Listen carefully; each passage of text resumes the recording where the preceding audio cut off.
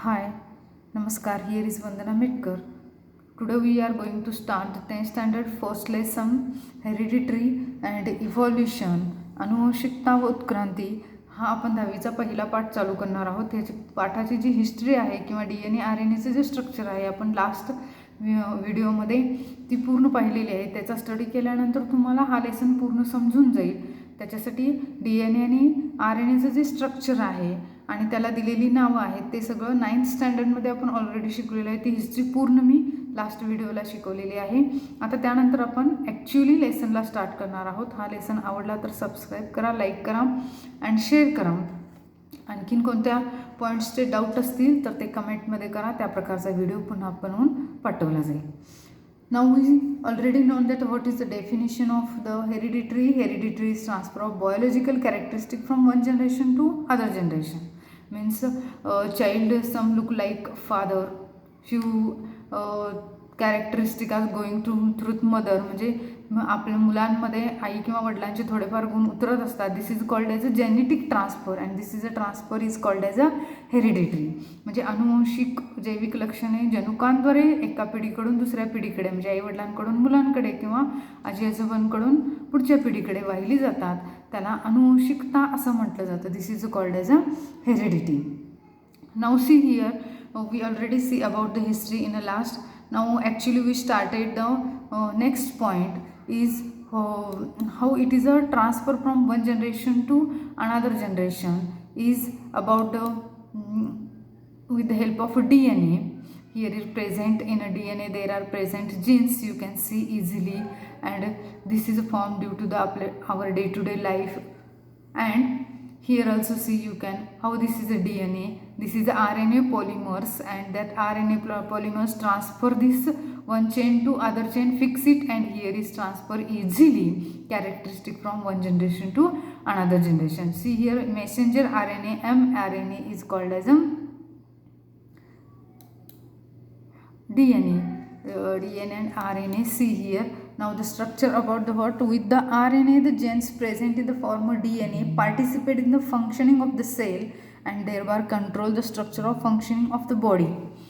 Our body is made up of due to the cell, therefore each and every character and each and every function is carried out through the cell and which types of a function carried out in a cell is controlled by the RNA and DNA with the help of DNA in the participants of the participants of DNA with the help of RNA. म्हणजे आपली शरीर हे पूर्ण पेशींनी बनलेलं आहे. पेशीमध्ये ज्या प्रकारचे बदल घडत असतील ज्या प्रकारच्या गोष्टी घडत असतील त्या प्रकारच्या आपल्या पूर्ण बॉडीमध्ये दिसत असतात. मग पेशींचं कार्य चालण्यासाठी आपल्याला DNA असलेली जी जनुकं आहेत ते RNAच्या मदतीनं पेशींवर कंट्रोल करत असतात किंवा त्यांचे फंक्शन कंट्रोल करत असतात.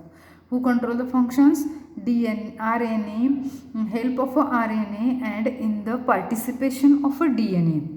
म्हणजे DNA असलेली जनुके RNAच्या मदतीने कंट्रोल करतात and due to that this is a DNA RNA is nothing but the one type of a protein. हे एक प्रकारचं प्रथिन असतं. मग आपल्या बॉडीमध्ये अनेक प्रकारची प्रथिनं तयार करावी लागतात. त्याला म्हटलं जातं सिंथेसाइज ऑफ प्रोटीन्स. म्हणजे वेगवेगळ्या प्रकारच्या प्रथिनांची जी निर्मिती होते. मग कधी कोणत्या प्रकारची आणि कशी प्रथिनं तयार करायची आहेत आणि किती तयार करायचे आहेत त्यासाठी आवश्यक असलेली सगळी माहिती DNAमुळे RNAच्या माध्यमाने तयार केली जाते. Means how many quantity of DNA is synthesize of proteins by DNA through the RNA and this is called as a central dogma. What is mean by central dogma? Remind it, the protein are synthesized by DNA through the RNA. म्हणजे central dogma म्हणजे DNAमुळे RNAच्या माध्यमातून आपण जे protein synthesise करतो त्याला म्हटलं जातं central dogma. And in this central dogma there is a chain present. Nucleoids of DNA is only one of two strands DNA is called a process. The sequence of nucleides in mRNA being produced is always complementary to the DNA and stands for synthesis. Beside there is uric RNA Instead of thymine of DNA, this process of RNA synthesis is called transcription. Transcription म्हणजे RNA मधल्या होणाऱ्या जो न्यूक्लिएट्सचा क्रम एकमेकांना पूरक असतो आणि त्याप्रमाणे ते थायमिन काय करतात, युरिक म्हणजे युरॅसिल असतो आणि तो युरॅसिल काय करतो, या प्रक्रियेला प्रतिलेखन म्हणजे ट्रान्स्क्रिप्शन. आता इथे तुम्ही बघताय या व्हिडिओमध्ये तुम्हाला दिसते की कसं ट्रान्सक्रिप्शन केलं जातं, मेसेंजर RNA मध्ये दिला जातो आणि त्यानंतर मग काय केलं जातं, ॲमिनो ॲसिड्स तिथं वापरलं जातं त्यासाठी आणि त्याद्वारे ते केलं जातं. mRNA form in a nucleus comes in a cytoplasm. It brings in the coded message of DNA. This message contains the coded for amino acids. Amino acids साठी हे कोड केलं जातं. And the code for amino acids consists of 3 nucleotides. This is called a triplet codon. Triplet codon केलं जातं. इथं तुम्हाला दिसतंय मेसेंजर्स कसे जाऊन तिथं बसवले जातात, त्याला ट्रान्सलेशन असं म्हटलं जातं आणि त्याद्वारे ते तयार होत आहेत इथं. After that, see here, for work of that mRNA is made up of thousands of triplet codons. As per the messenger of mRNA, amino acids are supplied by the tRNA. For this purpose, tRNA has anticodes having complementary sequence to the codon on the mRNA. This is called as a translation. The amino acids by the tRNA are bounded together by peptide bonds with the help of RNA. During this process, ribosomes helps on the moving from one end of the RNA to other end by distance of one triplet codon. This is called as a translocation. Such a many contents come together to form complex proteins. These proteins controls various functions in the body of living organisms and their appearance too.